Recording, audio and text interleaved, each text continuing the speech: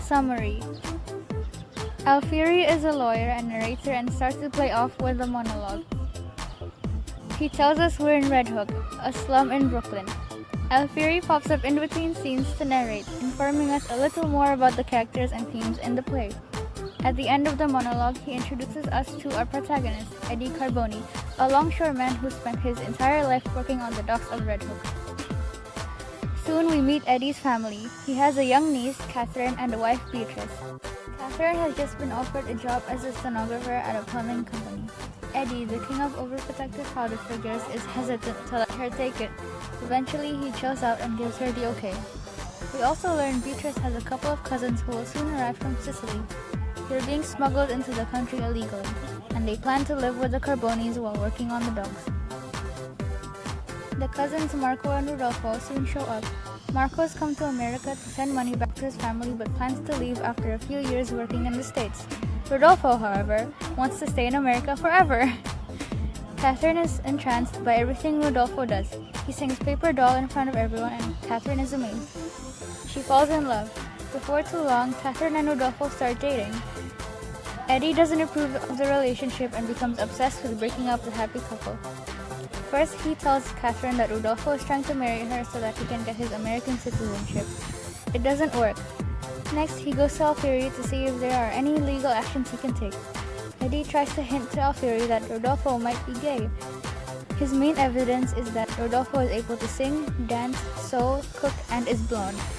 Alfieri is unconvinced.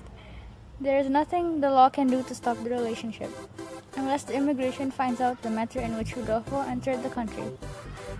Eddie is shocked and claims that he would never do such a thing. Moreover, the whole community would despise him after such a betrayal. It becomes apparent that Eddie's overprotectiveness of Catherine may stem from more than fatherly concern. He seems to have repressed incestuous feelings for his young niece. Eddie then returns home drunk after his consultation with Alfieri to find Catherine and Rodolfo in an intimate moment. He becomes irrational, grabs Catherine and kisses her on the lips. Rodolfo tries to defend her but ends up getting beaten up by Eddie and also gets kissed on the lips. Eddie plans to head back to Alfieri because he's sure that by kissing Rodolfo he's proven the young man is gay. This would then prove that the Sicilian is only using Catherine. Alfieri once more tells Eddie that the law cannot help him. Frustrated and desperate, Eddie calls immigration on Marco and Rodolfo. This act of betrayal triggers a disaster. The cousin gets arrested and Marco drags Eddie to the streets. After spitting on Eddie's face, Marco then accuses Eddie in front of the whole neighborhood. Eddie Carboni's reputation is now destroyed.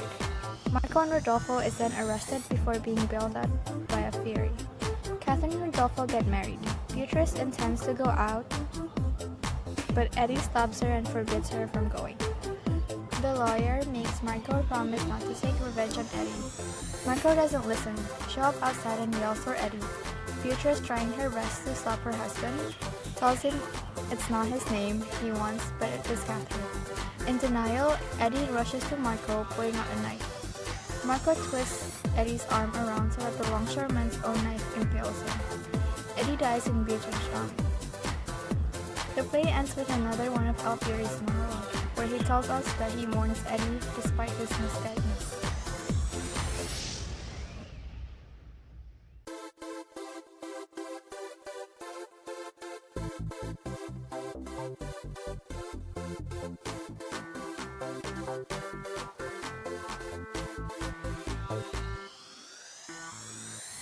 Themes: Law and justice. A view from the bridge sets up a very basic conflict: American law versus Italian traditional justice. When the American jurisdiction system is incapable of bringing the characters the kind of justice they think they deserve, disasters happen. They resort to their unspoken codes of their Italian roots.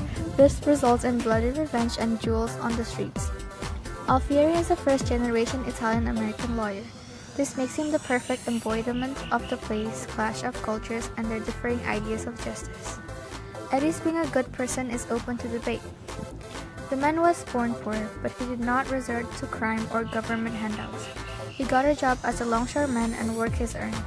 Such is evident when he tells Alfieri that, in the worst of times, I didn't stand looking for relief. I hustled. Why did he do all this? For the good of his niece Catherine, whom he adopted out of the kindness of his heart when his wife's sisters died. He says, I took out of my own mouth to give to her.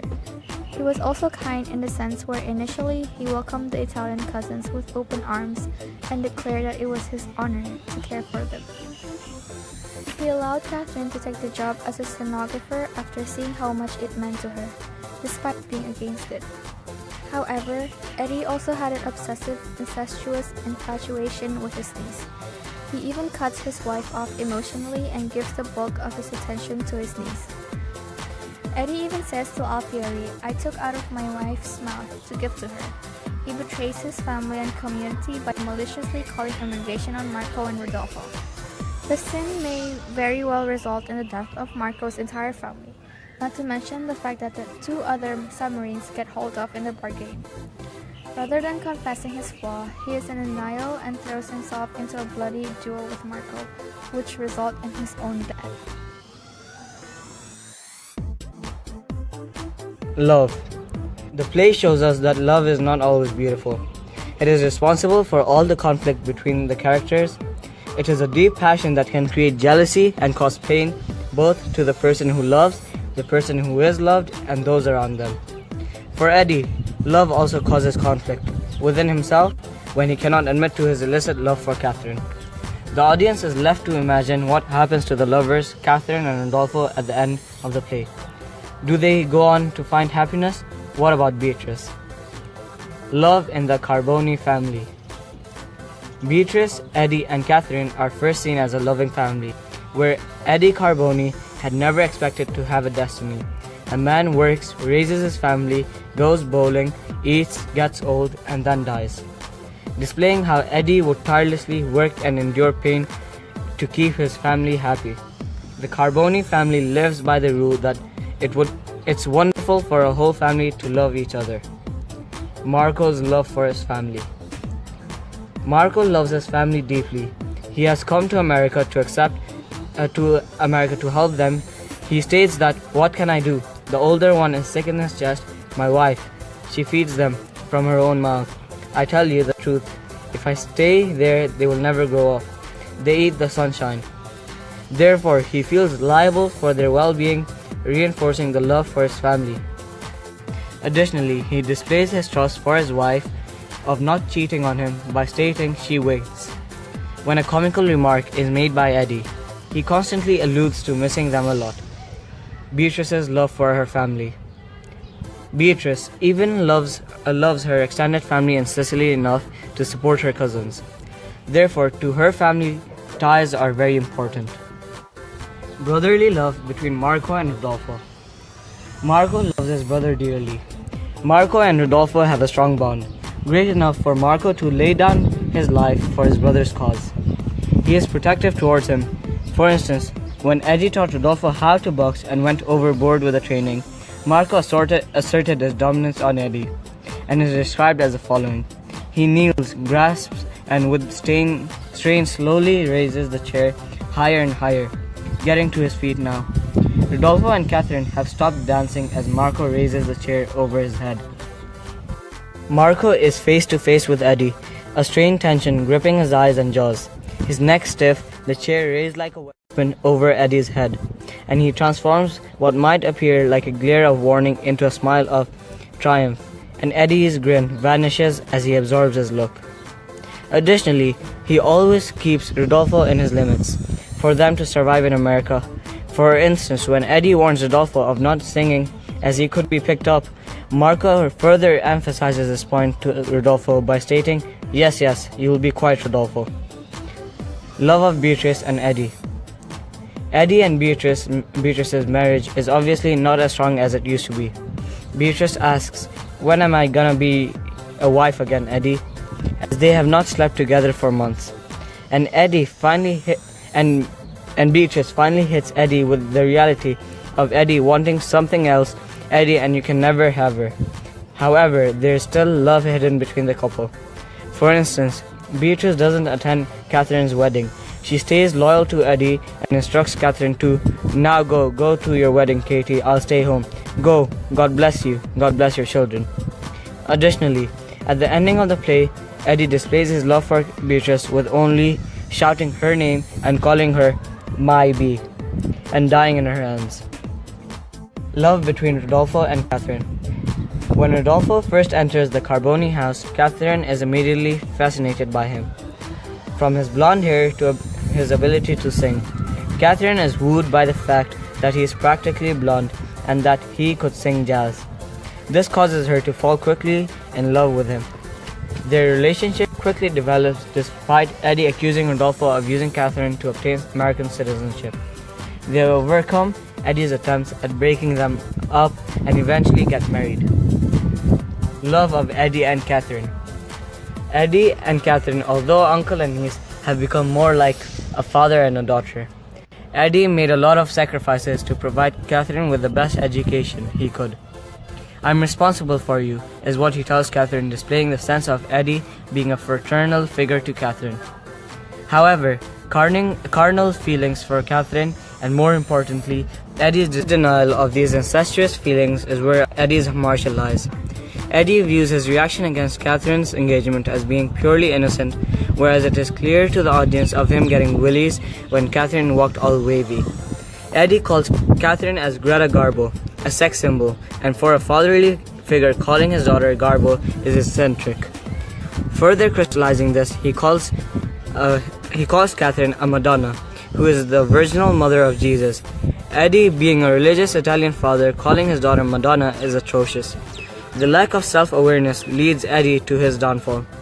His denial of lusting Catherine is portrayed using expressionism, as Beatrice, who strikes reality to Eddie wanting something else and never having her, which Eddie responds with being all shocked, horrified, and with fists clenching, says to Beatrice, "That's what you think of me, that I would have such a thought?" Eddie is faced by reality again, when Alfieri, a person in a higher pedestal position, suggests to Eddie that Eddie has the wrong feelings for Catherine, and says, "She can't marry you, can she?" To which Eddie yet again responds with excessive pride by claiming innocence. "What are you talking about? Marry me? I don't know what the hell you're talking about." This excessive pride highlights the characteristic of hubris. Respect, honor, and reputation. One of Eddie's main concerns in the play is his honor and the respect, or lack thereof, he gets from those around him. Other characters are also concerned with these issues, as matter of personal honor and reputation are of great importance in the close-knit community of Red Hook. But these issues are explored mostly through the character of Eddie. Eddie works hard to support his family and has a keen sense of personal honor. At the beginning of the play, he is a respected, well-liked member of his community. But the play follows his tragic demise as he loses the respect of others and his good reputation. He constantly worries about being disrespected or dishonored by Catherine, Beatrice, Marco, and especially Rodolfo. Closely related to the concepts of honor or respect is the idea of reputation, which can be understood as a more social form of honor. In addition to Eddie's personal sense of honor, he is greatly concerned with his reputation amongst his neighbors. He is infuriated when Marco spits on him and accuses him of turning him into the Immigration Bureau, even though Eddie really did do it.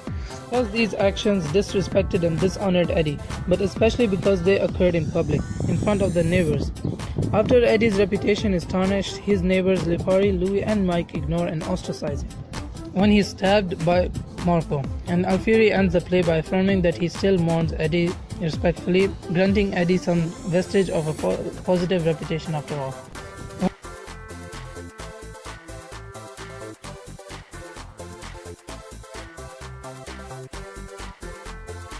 Other themes. Gender roles. Gender roles in this play reflect the traditional ones that predominated in 1950s America. Men speak for women, control them, and mostly dictate what they wear and where they go. Beatrice chooses to stay with Eddie even though he treats her miserably, which may be because she sees him as the authority, or she does not respect herself, or she knows she needs him because a single woman of her age and social class would find life very difficult. but the men are also stuck.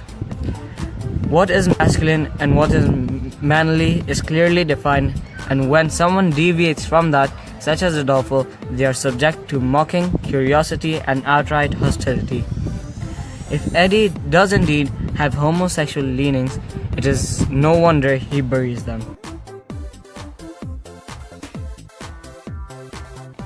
Money. Money and social class lurk below the surface of the characters' tempestuous emotions. They all talk of work and money and stealing. Their goals are to make money to support themselves or their family, be comfortable and be able to buy luxuries like a motorcycle. Eddie uses the fact that he provided materially for Rodolfo to condemn him for stealing Catherine, while Marco's temper flares not only because of his shame brought upon himself and his brother, but because Eddie's snitching has essentially doomed Marco's children, because they will no longer be able to rely on their father for financial support.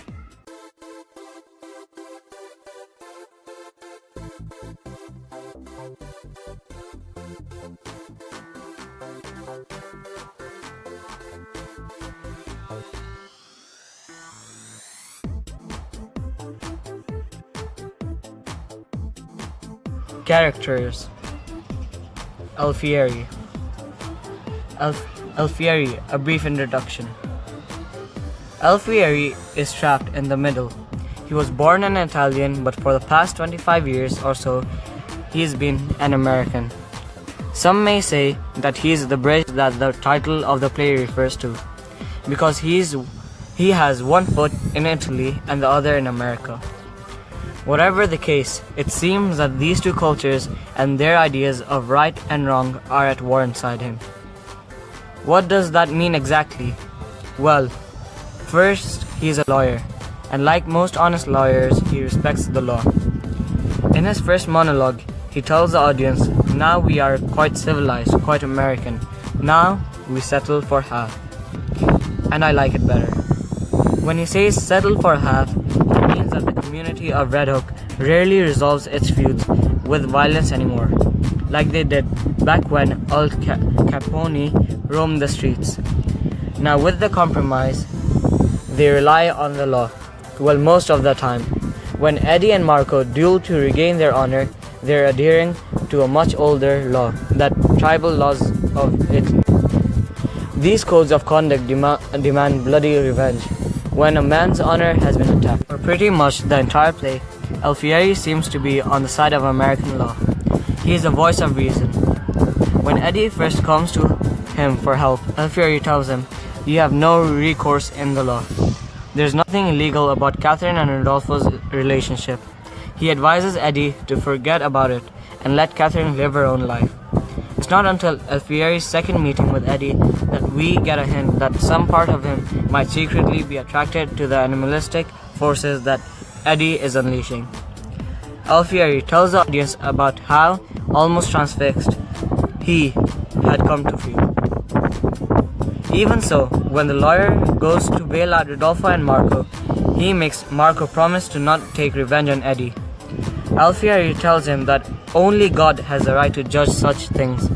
Marco almost immediately goes back on his promise. We wonder if some part of Alfieri knew this would happen. It seems obvious, right? Did Alfieri unconsciously think that violence was the only proper way to end the dispute? Was his Italian upbringing influencing his decision? Maybe, maybe not.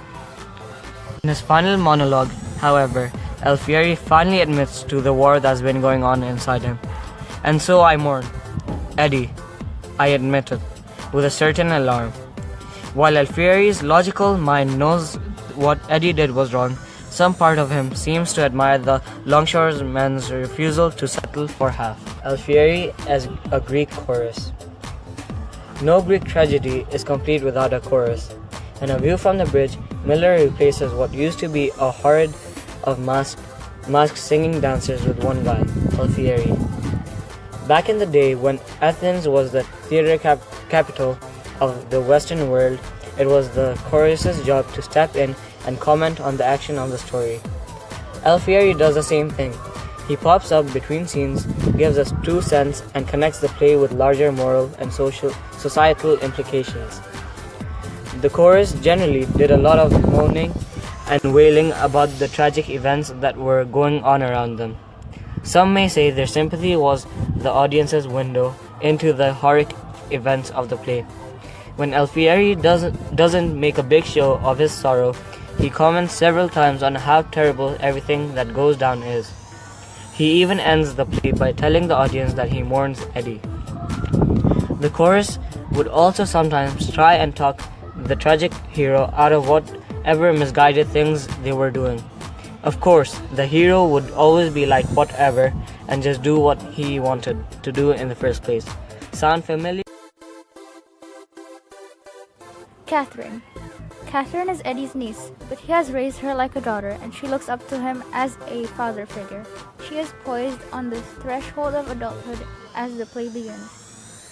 And Eddie continually tries to hold her back from the adult world and treats her like a child. Despite this, Catherine progressively matures over the course of the play and becomes more independent, securing a job and then pursuing her romantic interest in Rodolfo.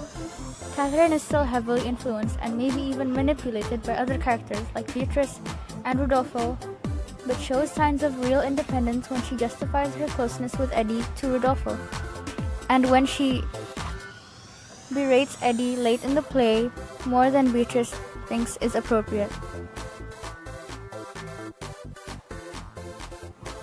Eddie. In the world of literary analysis, a hero isn't always a good person. Eddie is a tragic hero. The ancient Greeks were the first to write about these unfortunate souls. Tragic heroes usually share one thing in common, a tragic flaw or hamartia. It literally means error of judgment. This means that the heroes have some destructive tendency that leads to them causing their own demise. Eddie's hamartia may be his incestuous feelings for Catherine. The damage caused by a tragic hero's downfall usually hurts more than just him. His community and family often suffer too. Once again, Eddie's betrayal does both of these things. The Carboni household loses their patriarch, and the community is haunted by yet another story of betrayal. Furthermore, Eddie is a little bit different than other tragic heroes. Unlike the fellows before him, he isn't royalty of any kind. He's just your average, everyday working man. In his famous essay, Tragedy of a Common Man, Arthur Miller states, "I believe that the common man is as apt a subject for tragedy in its highest sense as kings were." Miller goes on to say that it is not the fact that past tragic heroes have been royal that makes them resonate with modern audiences. It's the fact that they share the same problems as we do today, the same flaws, fears, and hopes.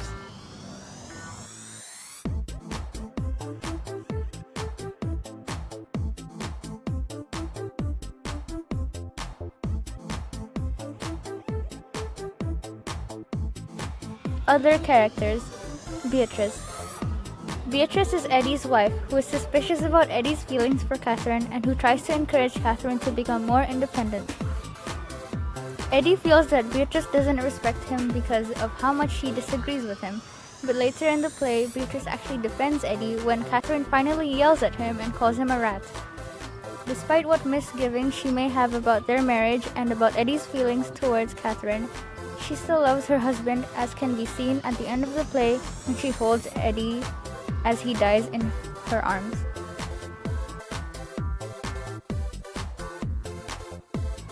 Marco, one of Beatrice's cousins from Italy, who immigrated illegally to the United States and lives in Eddie's apartment. He is hard-working and masculine than Rodolfo, and therefore Eddie respects Marco more than Rodolfo. However, when Eddie reports Marco and Rodolfo to the immigration bureau, Marco spits in Eddie's face and publicly accuses him of betrayal. Marco has a strong sense of personal honor and justice. He feels obligated to seek some form of revenge on Eddie. In the physical struggle with Eddie at the end of the play, Marco ends up stabbing Eddie with Eddie's own knife, killing him. Rodolfo. Rodolfo is one of Beatrice's cousins from Italy. He stays at Eddie's apartment. Unlike Marco, Rodolfo spends his money lavishly on clothes and other things and enjoys himself out in the city. He sings in a high-pitched voice, cooks, and can sew. Because of this, Eddie is very suspicious of him and thinks that he might as well be homosexual, repeatedly saying that he ain't right. Rodolfo ends up falling for Catherine and the two prepare to get married. Eddie warns Catherine that Rodolfo may simply be seeking a way to become an American citizen, but Rodolfo vehemently denies this. While he may truly love Catherine, his behavior towards her is at times not so different from Eddie's, as he calls her a little girl at one point and repeatedly tells her what to do. Lapari, a butcher who lives in the same apartment building as Eddie. He has two illegal immigrants, his family members staying with him, and then Beatrice has Marco and Rodolfo move into his apartment as well. When the immigration officer finds Marco and Rodolfo, they also find his illegal immigrant relatives. Afterwards, Lapari ignores and shuns Eddie, thinking that he turned the immigrants in.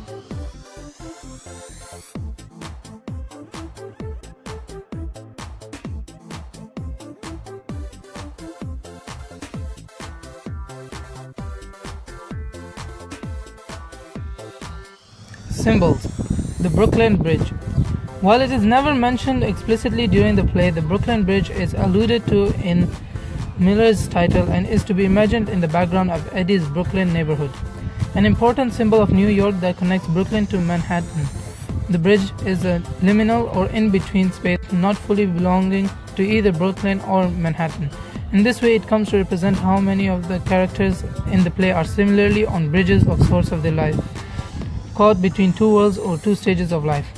As illegal immigrants, Marco and Rodolfo are caught between Italy and the United States. Catherine, meanwhile, is caught between childhood and adulthood, as well as between her relationships with Eddie and with Rodolfo. At a broader level, all the Italian immigrants in Red Hook, even those who are relatively acclimated to their lives in America, must still balance and reconcile their Italian past with their American present. Paper Doll.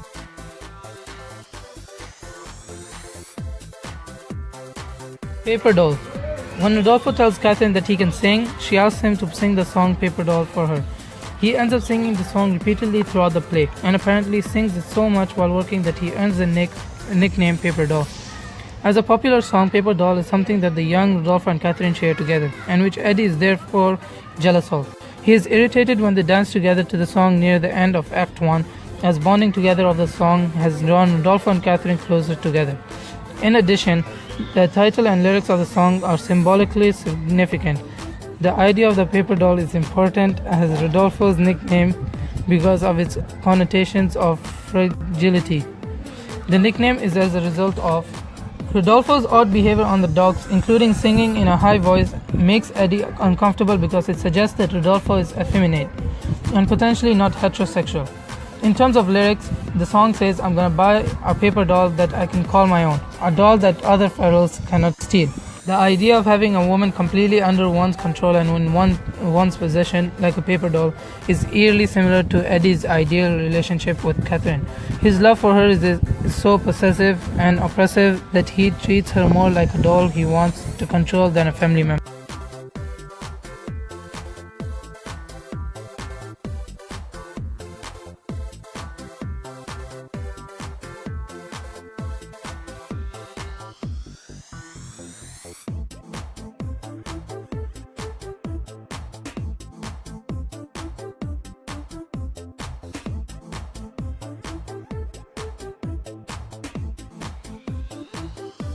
The structure of the play is quite simple.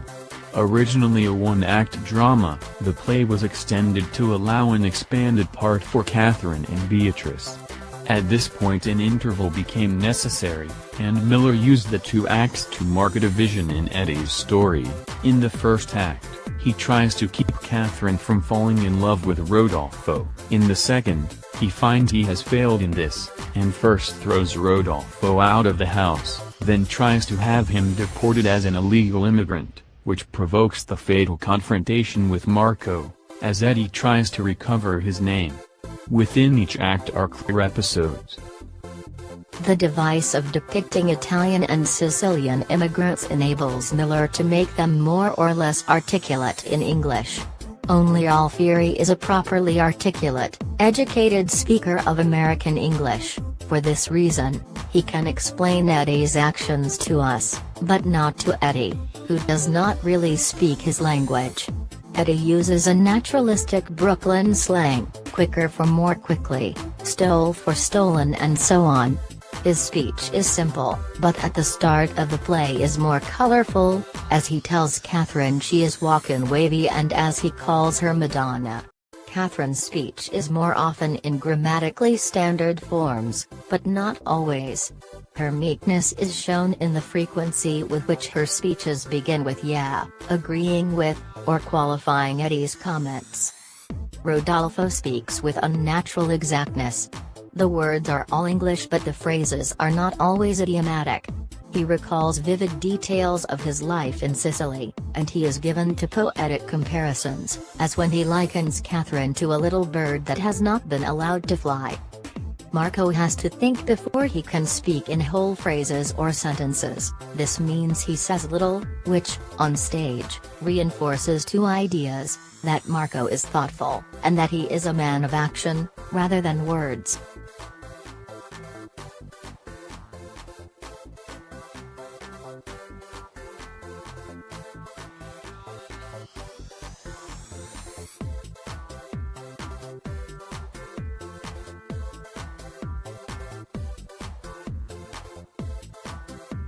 Offer Eddie a beer or light a cigar for him. When we hear of how she sits on the bath as he shaves and walks around in her slip, we are being told about their relationship. Without being lovers, they have the kind of intimacy only lovers should have. For a 1950s audience, familiar with the image from hundreds of films, the lighting of the cigar would possibly be the most suggestive action. Later in Act 1, we see Eddie sitting, reading the paper. While Marco reads a letter, Rodolfo helps Beatrice stack the dishes and then reads a movie magazine with Catherine. At moments of high drama or climaxes, we often see some very striking action. The climax of Act 1 is beautifully choreographed by Miller. Rodolfo teaches Catherine to dance, the action allowing physical closeness. Eddie, to win back his beloved, humiliates Rodolfo in a boxing lesson. But the final action trumps Eddie's, as Marco, who has silently watched what is happening, shows Eddie the danger he invites by threatening Rodolfo. Politeness does not permit Marco to say anything, and the gesture is far more effective as the audience sees the chair raised like a weapon over Eddie's head, symbolizing the destruction he will shortly bring on himself. The two kisses at the start of Act 2 are equally effective on stage, one with its suggestion of incest and the other illustrating Eddie's mistaken belief in Rodolfo's homosexuality. When Marco is arrested, he shows his condemnation of Eddie before he speaks it, as he spits in his face. The final action of the play is where Eddie dies by his own hand, a metaphor of his self-destruction, and his own weapon. Perhaps the set of the play is not, or should not be, naturalistic, closely or exactly resembling what it depicts. The building is skeletal but the few properties, objects used on stage, are authentic looking. The arrangement enables the inside of the apartment, the streets outside and Alfieri's office all to be represented without any scene changes. The area in use will be lighted when needed, otherwise dark. Alfieri can remain on stage throughout. If need be, the light can go up or down as required. Props may be as simple as the coins Mike and Louis pitch, or Eddie's pocket knife for cutting an apple. One very important prop is the phonograph, record player, which is used in the dancing episode, to play paper doll. At the start of the play a foghorn tells us where we are. Lighting is used theatrically, as the phone booth glows brighter and brighter, signaling Eddie's idea, then determination, to call the immigration officials. Symbolism is most often found in the action, and has been discussed above. The dancing, the chair as weapon, Eddie's dying by his own hand. The set as well as accommodating the action is symbolic of Eddie's world and values. The apartment, home, where the family is, and the street, the wider community, where he meets friends. The story of Vinnie Bolzano is a parable about the need for solidarity and loyalty in the community. This ranks even above family ties, it seems, but also is prophetically symbolic of Eddie's own act of treachery. Finally, there is symbolism in the play's title. After we have seen the play, we wonder why the play is so named. we are made to think of the more panoramic view, which sees things from afar, in relation to each other. It is not the view from ground level or the waterfront, but a detached and objective view. This is the view we should have of Eddie, the view of Alfieri, the view that is civilized and will settle for harm.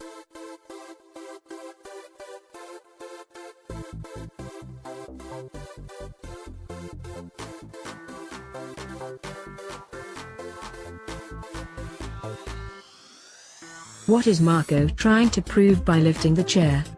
How do Eddie and the other characters react? Marco wants to deflate Eddie's newfound elatedness and wants to remind him that he is the alpha male, not because of self-interests but to remind him that he cannot hurt Rodolfo.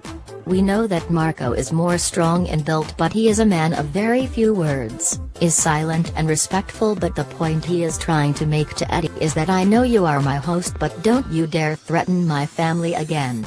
He is a man of few words but definitely a man of action. In the end, both Marco and Eddie are very similar to one another, as Marco is also a family man and family is more than anything to him, and the same is for Eddie. What is the effect of having Alfieri as a narrator?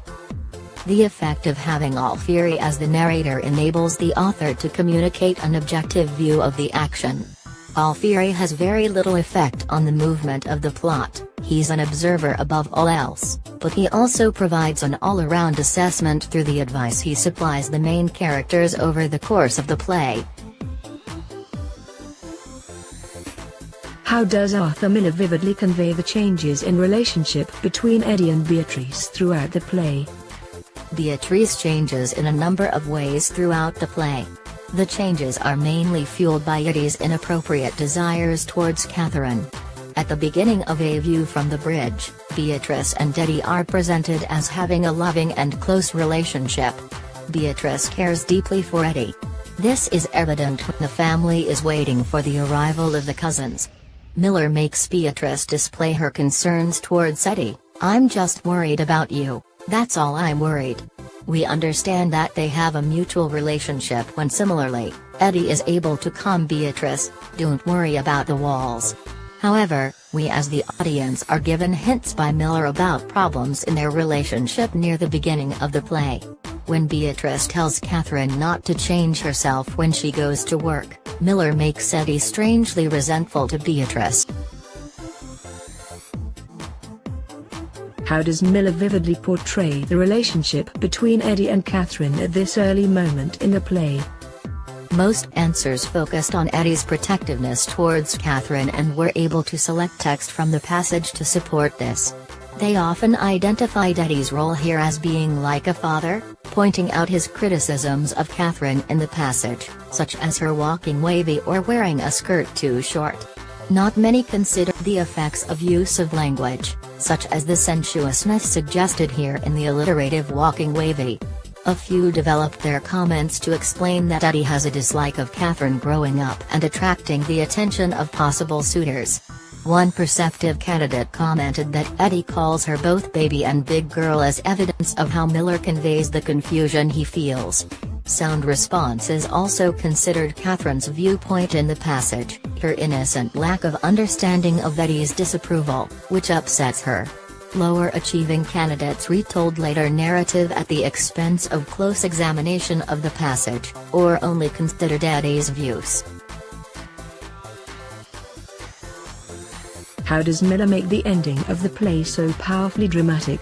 Despite Beatrice and Catherine's protestations, Eddie confronts Marco in a wild-eyed rage, claiming he needs his name. Marco moves toward him and Eddie pulls out a knife. They struggle and Marco turns the knife into Eddie, fatally wounding him. Eddie dies in Beatrice's arms. Alfieri, who was in the crowd, laments what happened but muses that Eddie is unique because he did not settle for a half-life, he was wholly known and lived completely.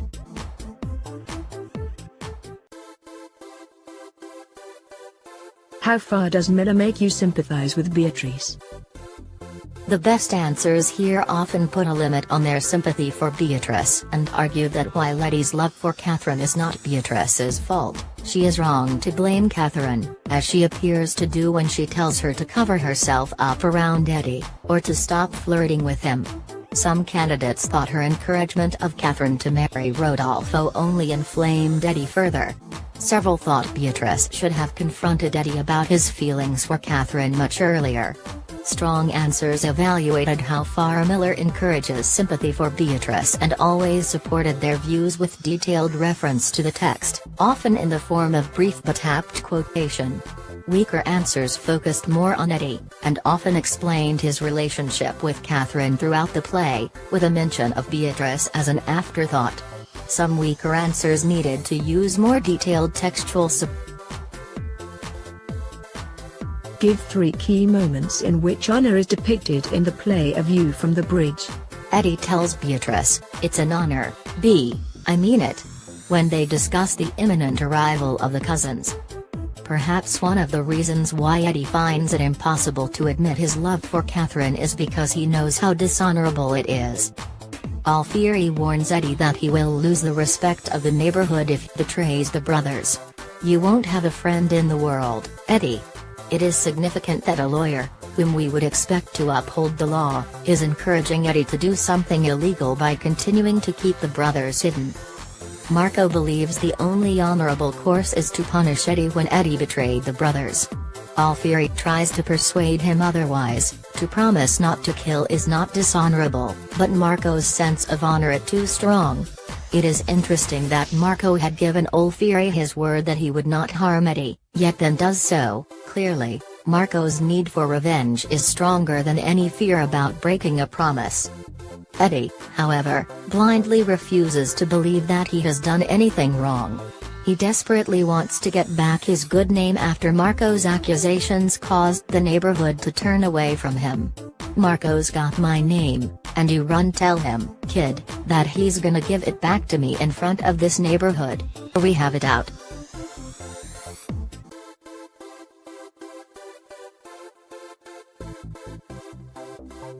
Eddie, I know. I guess I just never figured on one thing. Catherine, what? Eddie, that you would ever grow up. Justice is very important here. I don't understand you. She's 17 years old, you gonna keep her in the house all her life? Alfieri, Eddie, look, I have my own children. I understand you. But the law is very specific. The law does not. Eddie, you mean to tell me that there's no law that a guy which he ain't right can go to work and marry a girl and… Alfieri, you have no recourse in the law. Eddie, Katie, I promised your mother on her deathbed. I'm responsible for you. You're a baby, you don't understand these things. Listen, you've been giving me the willies the way you walk down the street, I mean it. Listen, they'll think it's a millionaire's house compared to the way they live. Don't worry about the walls. They'll be thankful. It means you gotta be your own self more. You still think you're a little girl, honey. But nobody else can make up your mind for you anymore, you understand? You gotta give him to understand that he can't give you orders no more. But this is Red Hook, not Sicily. This is the slum that faces the bay on the seaward side of Brooklyn Bridge. This is the gullet of New York swallowing the tonnage of the world. And now we are quite civilized, quite American.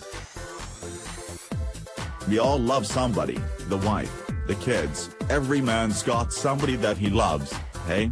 But sometimes there's too much. You know? There's too much, and it goes where it mustn't. A man works hard, he brings up a child, sometimes it's a niece, sometimes even a daughter, and he never realizes it, but through the years, there is too much love for the daughter, there is too much love for the niece. Do you understand what I'm saying to you? Me, I want to be an American. And then I want to go back to Italy when I am rich, and I will buy a motorcycle. Look, you gotta get used to it, she's no baby no more. I'm gonna buy a paper doll that I can call my own, a doll that other fellows cannot steal. Beatrice, what do you want from me? They're moved out, what do you want now? Eddie, I want my respect. Catherine. If I take in my hands a little bird, and she grows and wishes to fly, but I will not let her out of my hands because I love her so much, is that right for me to do? Maybe he come to apologize to me. Hey, Marco? For what you said about me in front of the neighborhood?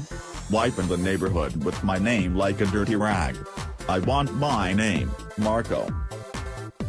Eddie, didn't you hear what I told you? You walk out that door to that wedding, you ain't coming back here, Beatrice. Beatrice, why?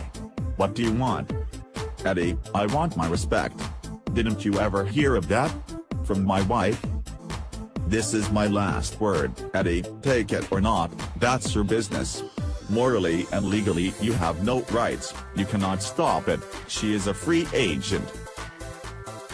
This is not God, Marco. You hear? Only God makes justice. Do you think I am so desperate? My brother is desperate, not me. You think I would carry on my back the rest of my life a woman I didn't love just to be an American? It's so wonderful. You think we have no tall buildings in Italy? Electric lights? No wide streets? No flags? No automobiles? Only work we don't have. I want to be an American so I can work, that is the only wonder here, work. I confess that something perversely pure calls to me from his memory, not purely good, but himself purely, for he allowed himself to be wholly known, and for that I think I will love him more than all my sensible clients. And yet, it is better to settle for half, it must be. And so I mourn him, I admit it, with a certain alarm. The law is only a word for what has a right to happen. When the law is wrong it's because it's unnatural, but in this case it is natural, and a river will drown you if you bucket now. Let her go. And bless her. That one. I accuse that one. Don't laugh at me. I've been here all my life. Every day I saw him when he left in the morning and when he came home at night. You think it's so easy to turn around and say to a man he's nothing to you, I want my name. He didn't take my name, he's a punk. Marco's got my name, and you can run tell him, kid, that he's gonna give it back to me in front of this neighborhood, or we have it out.